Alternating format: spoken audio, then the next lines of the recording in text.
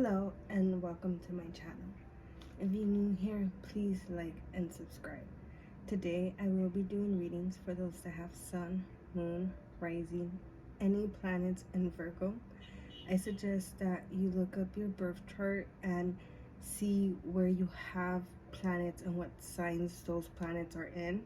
If this reading doesn't resonate with you, look up those signs in my channel. I will have those videos posted up later.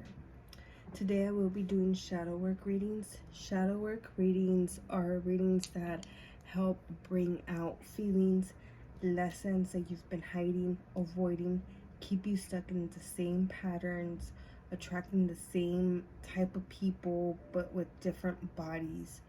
Today I will be starting your reading with astrology dice. So I have Moon, I have 11th house, and I have Sagittarius. Before I go any further, I do want to say happy birthday to those that have a Virgo sun. Happy birthday and happy future birthday, because the sun is not going to go into Libra until the 22nd, 23rd of this month. So currently with Sagittarius, Jupiter rules Sagittarius. Jupiter is in an Earth planet. It's in Taurus. And I do believe we are going to be having a Jupiter retrograde from September 4th to December 30th, 2023. And if you have any Taurus, which is the fixed earth sign, Virgo is the mutable earth sign, and Capricorn is the cardinal earth sign. If you have any earth signs from 5 to 15 degrees, especially in Taurus, this Jupiter retrograde, you will feel it a little bit more. And I speak about Jupiter because Sagittarius is here, and like I said, Jupiter rules Sagittarius. Sagittarius is also a mutable sign, just like you, Virgo. It's the mutable fire sign. You might be dealing with a Sagittarius, or you might have Sagittarius placements in you. 11th house is about friends, community, how you approach your goals. So I feel that for some of you with Sagittarius being here, you might be exploring, expanding your goals, maybe moving to a different country, a different state, maybe within the same community. That also could apply, because Sagittarius is about movement, it's about travel. Maybe some of you guys are making goals to travel more. The moon is also here. I suggest that you look up your moon sign to see what your moon sign is. If you do have a mutable sign for your moon, Gemini, Sagittarius, Virgo, Pisces, that's more mutable energy added. So I feel that if you do have a mutable sign, a mutable moon sign with your mutable sun, you might be a little bit too flexible for others. What I think is interesting, and I always thought it was interesting about Virgo, is that Virgo in some forms of astrology is represented by Persephone. Persephone was married to the ruler of the underground, which I believe was Hades, and she could go to the underground and come above ground. And I feel that that explains how deep Virgo placement is. And I don't think a lot of people in astrology really talk about that deepness. Every sign is deep, but they don't really talk about how deep Virgo can go into the dark side. And I feel that for some of you, yes, this might come out in your toxic traits or the toxicity that you might put up with, but I feel that for a huge percentage of you, and it's not really talked about in astrology, you guys could really see the dark side of people, or you guys could really see the dark side of a situation. And I feel that it's because of that, because Virgo is very, at its purest form, very trying to understand a situation, and it's not trying to judge or trying to jump to conclusions. And that gives you the freedom to see both sides of, I guess, humanity. So some of you have really seen the dark side of other people, and I really think that for some of you that have seen the dark side of other people, it's not your job to let other people know that they have that dark side to them unless they're physically hurting somebody. Because I feel that for some of you, you know that you see that dark side, and I feel that for some of you, you go out of your way to tell other people of that person's dark side, and it backfires on you. And sometimes it might even lead to you looking like the bad person, or you just not liking people, or it doesn't paint you in a good light for some of you, especially if it's like cheating involved. Like you might not be the cheater, but you might know a cheater, and you might have told your friend, hey, they were cheated on you, and then it just backfired on you, and your friend was like, no, you're just lying because you always talk negative about other people. Let's dive further into these dice. Why is Sagittarius here? At the bottom of the deck, we have Reverie. So this deck is a storytelling deck, and this is a mystery card from the Major Arcana. And we have 8 of Wands to represent Sagittarius, which I think it's pretty cool because 8 of Wands in tarot does represent Sagittarius. It's about fast movement, forward movement, moving forward with something. And I really think that there might be a change that's coming to you, and especially during Sagittarius season, which would be in December. And for some others of you, I feel that there's movement because you are moving, or you just applied some goals and you started shifting your daily routine, how you approach your goals. That started shifting, and it's really showing up in what you're manifesting and how your life is turning around. I feel that for some of you that might feel stuck, or might feel like you can't turn it around no matter what you try, I do feel that it has a lot to do with your mentality. It has a lot to do with 8 of Wands, and with it mixed with this card, I feel that it has a lot to do with some of us take the trauma that we've had in the past, the obstacles, to define us. So we believe life has to be hard because of what we went through in the past. We believe that life is a certain way because of what happened in the past. And it's like we need to let go of that belief. And there is in the traditional tarot sense, it does look like that. It does look like it's a lot of obstacles being thrown at you, like you've gone through a lot. But stand tall and don't let those moments define you, because once you let those moments define you, that's all you're going to be attracting to you, because you're telling the universe that that's all that you are. But you're more than that. You're more than your circumstances. You're more than your situations. You're more than what other people did to you.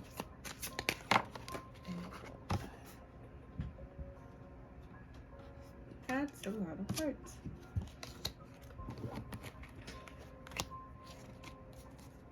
And I do want to say that some Virgos, you guys are very, very good at being in your head a lot and talking negative to yourself. And Virgo is known for being a perfectionist in some forms of astrology. Like, that's the stereotype. It's known for being critical of others, for criticizing others. But I really think that they don't talk about how hard you are on yourself and how much you take that out on yourself.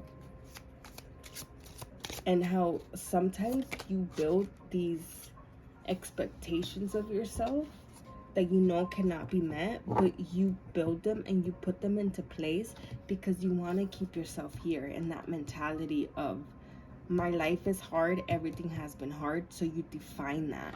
In romantic relationships, that's something that you might also do, where you might sabotage the relationship because you want it to fit a narrative that you have been repeating or you have been telling yourself.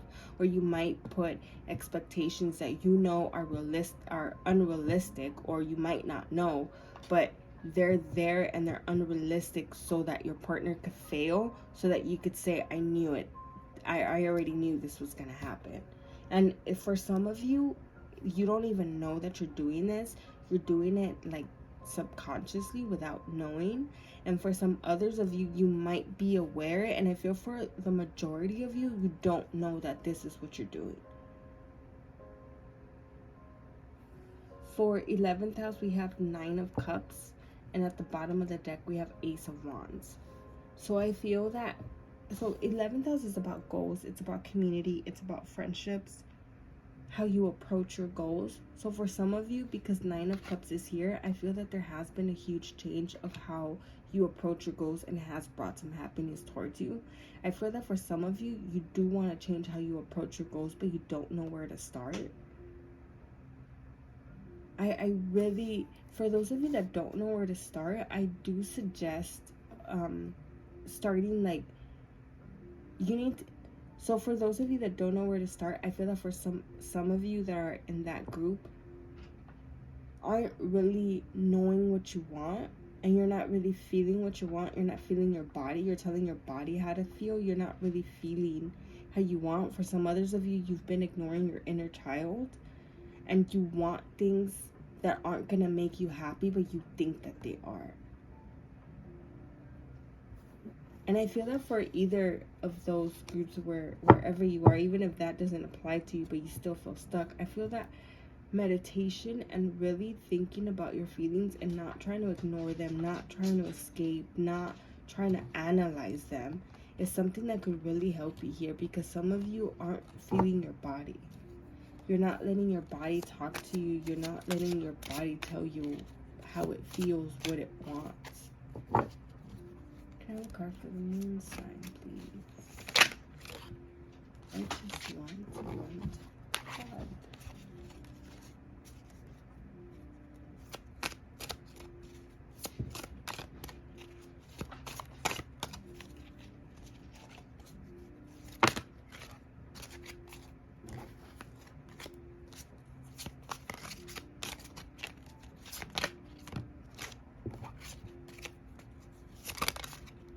No, just one card, please.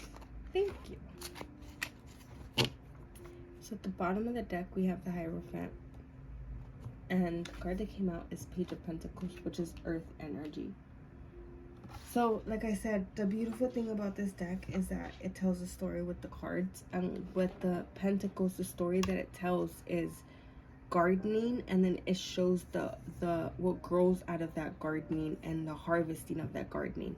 And I feel that this really applies to you, because there's a lot of seeds that you planted within yourself that aren't helping you bloom and aren't helping you harvest good things towards yourself or good energy towards yourself. And I feel that for some of you, that's why you're staying blocked, because you're not really reflecting on your feelings. Some of you are reflecting on your feelings, and your feelings are pretty much just negative.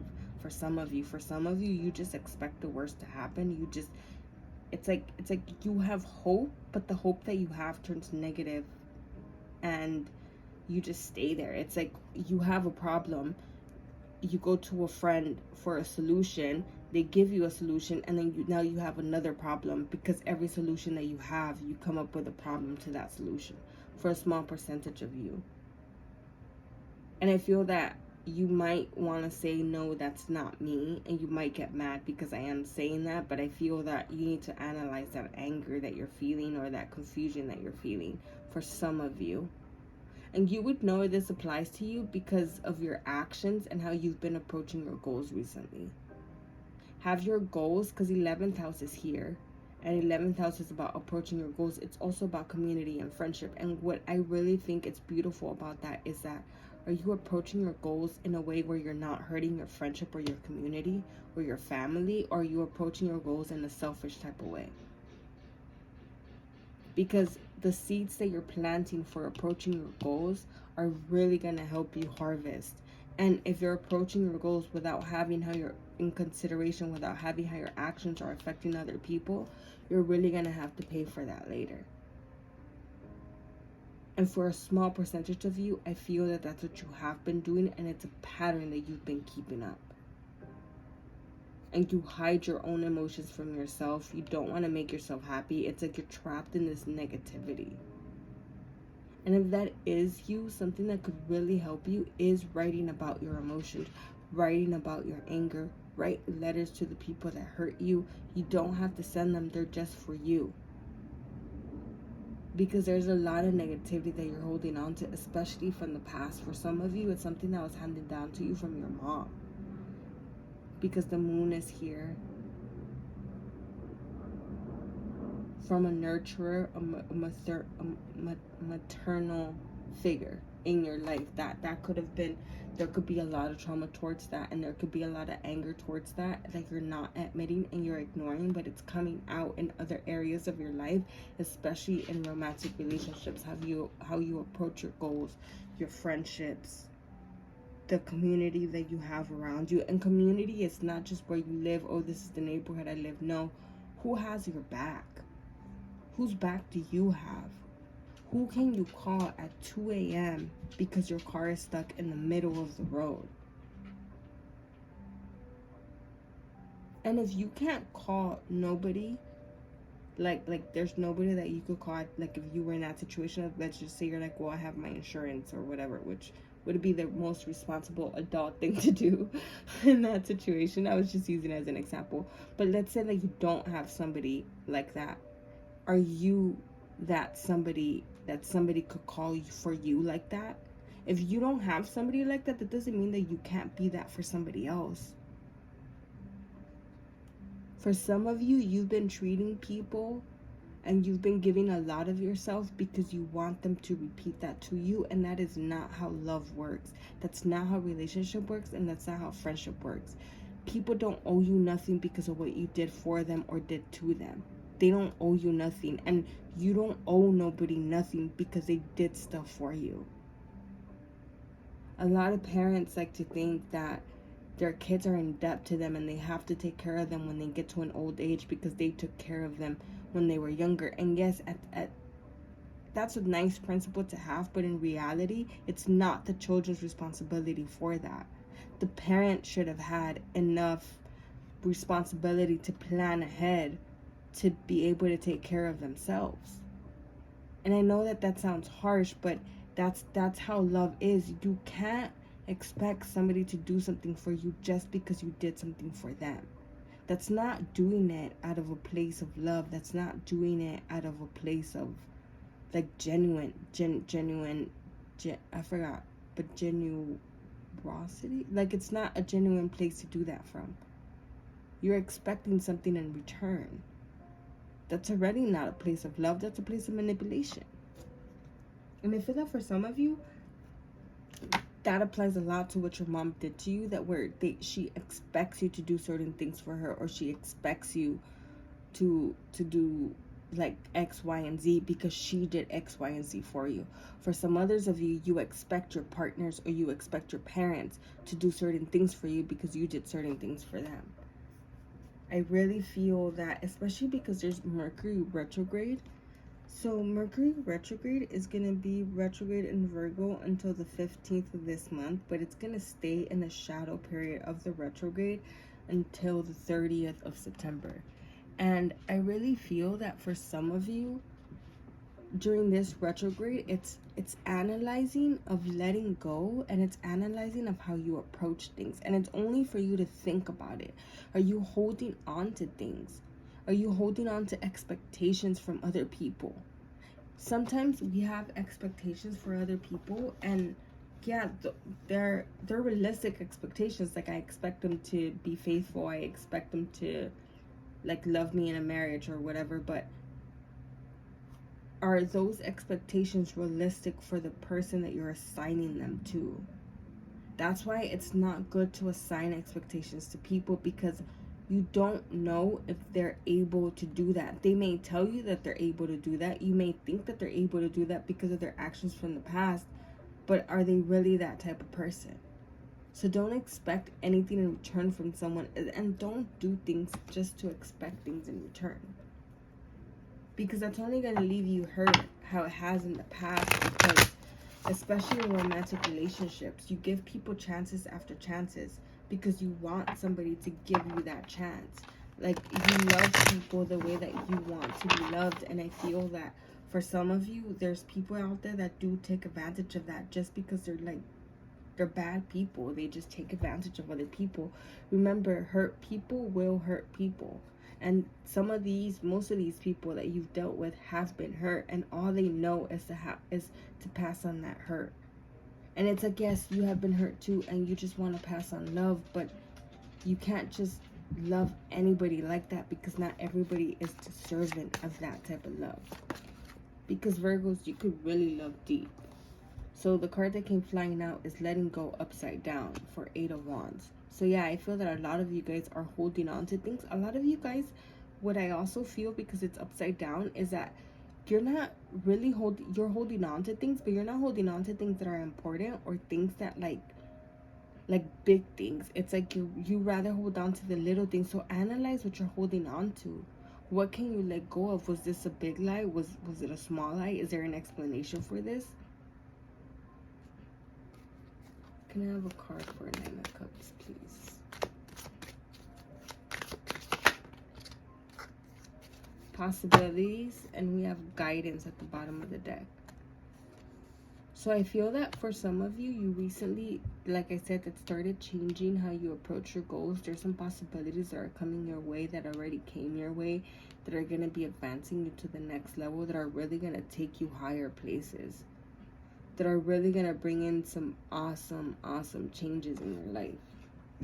And for some of you that haven't been making those changes, I feel that it's the perfect time to start now. It's Virgo season. Mercury, you could start this, even making tiny little changes. Like, let's say that you think negatively and you stay there. Replacing one negative thought with one thought of gratitude, even just one small thought a day, that's making a change. It could be something small like that, and just keep adding onto it and adding onto it. And that's how you can make changes that stay in your life for the long run, when you start off little by little. When people want to lose weight, when they go into the gym to exercise, it's not really recommended for somebody that hasn't exercised for them just to go in there 3 hours straight every single day for a whole week, or until they start seeing the changes. That's not recommended, because you're overworking your body, and your body's not used to that. So yes, a lot of people do that, especially during New Year's, and especially during the summertime, right before summer hits. A lot of people do that. But by the end of the year, they're not going to maintain that, because they've taken off so much that they're going to exhaust their body from doing that they're not going to want to do it anymore, or they're not going to be able to keep up. And I feel that that's a lot of the problems that are going on now, where a lot of people take on too much responsibility that they can't keep up later. So start off with small little steps. If you're trying to lose weight, you don't even have to start at the gym. You could start losing weight at home. You could start doing squats. You could start doing hip thrusts. If that is something that you're interested in, let me know in the comments. I have recently gone from 200 to about 140 in a couple of months by doing just simple exercises, and I do about 15 to 30 minutes a day, but I try to do it every single day. If that is something you're interested in, let me know in the comments, and I'll reply with my routine and stuff. Can I have a card for Page of Pentacles? For Page of Pentacles, we have We Are the World, and we have Friendliness. So Friendliness is my codependent card, and it's my codependent card because if you see here, the trees, like, it's orange here in the middle, but it's yellow and pink here, and it's like orange right there in the middle. So it's codependency. These two trees depend on each other. And I feel that some of you got codependency, and it was a thing that you've seen since childhood. So it's something that you've carried. It's something that has been passed down from generation to generation to generation. It's not, I'm not trying to say this so that you could blame your family or you could blame your parents. I'm trying to say this so you understand where it comes from for some of you. And you have the power to change it. It's not so that you could hold anger to them, because remember, this was passed on to them from somebody else, and they passed it on to them. It's not like they knew better to not pass it on, but you do. And I feel that it's something that you could really stop, and it's something like a generational thing that you could stop, and you could really make a huge difference for some of you. And you could really start planting the seeds for future generations, for not your kids but their kids, and not like their kids, like for generations to come, how do you want them to be experiencing the same thing your generation and past generations, or do you want to start something new for them to experience? This could also be towards money, towards like a family dynasty thing that you're trying to build. Like, what type of wealth are you trying to leave behind for your future generations? If you have kids, those kids are going to eventually get married and have kids.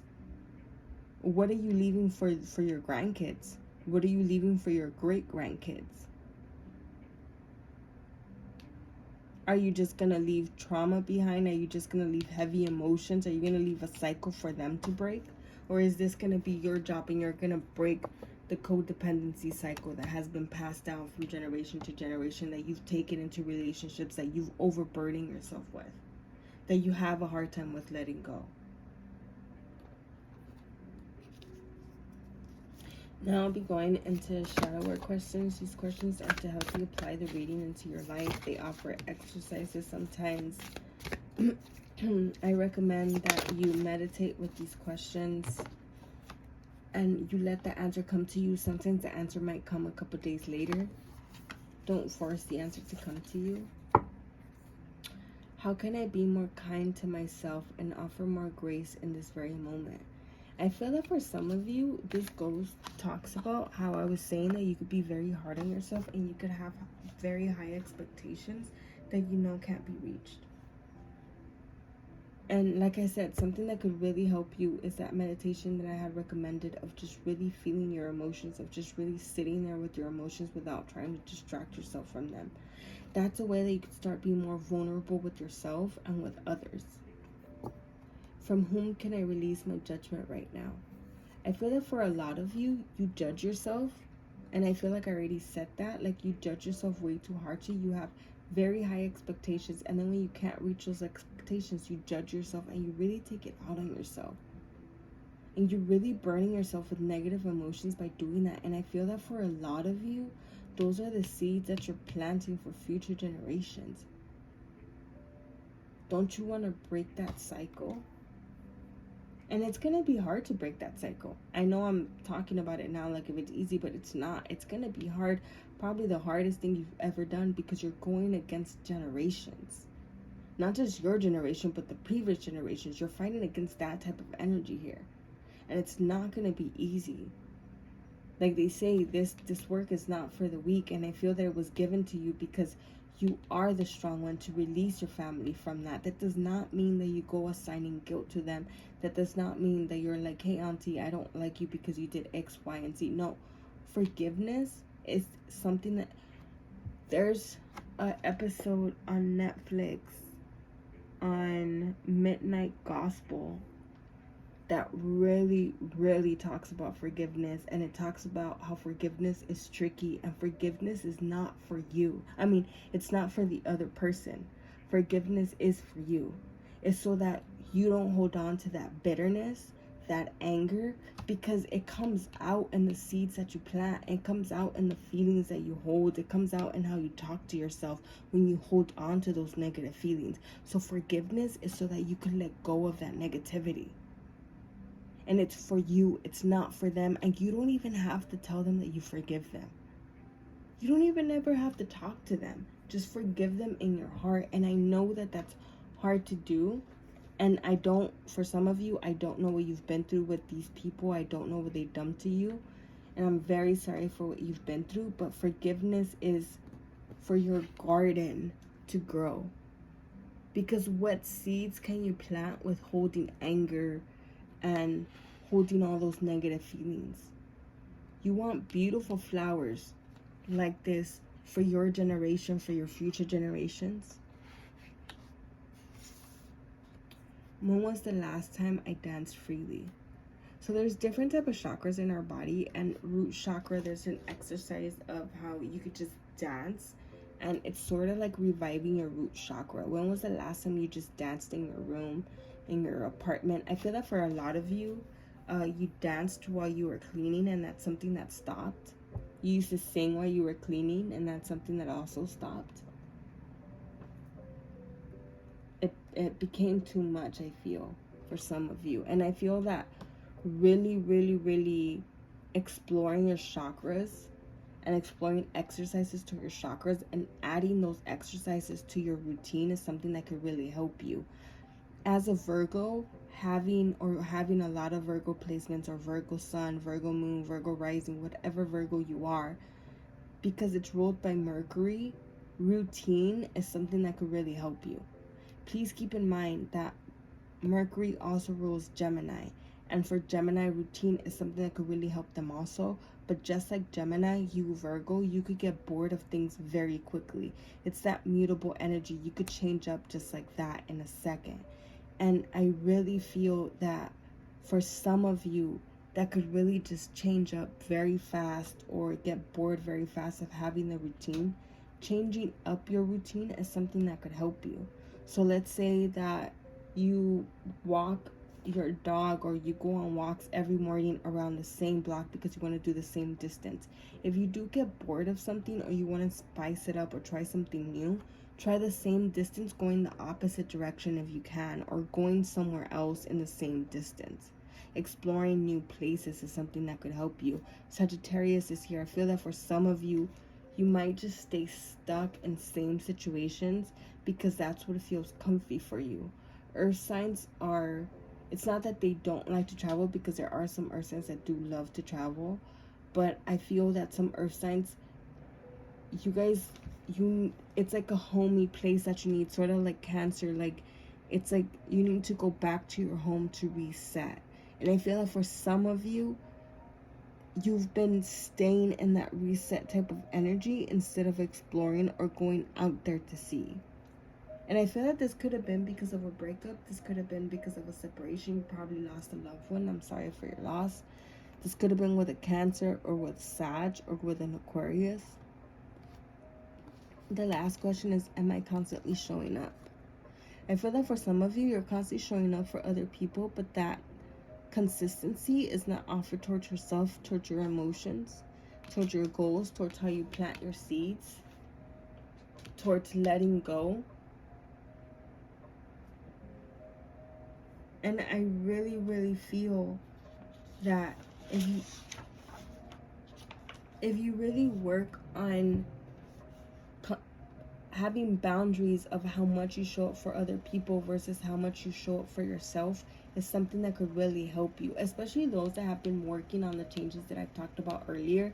This could be a new change that you could apply to yourself, of how much do I offer to other people? Like, how much patience do I offer to other people? How much love do I offer to other people? Like, from a scale to 1 to 10.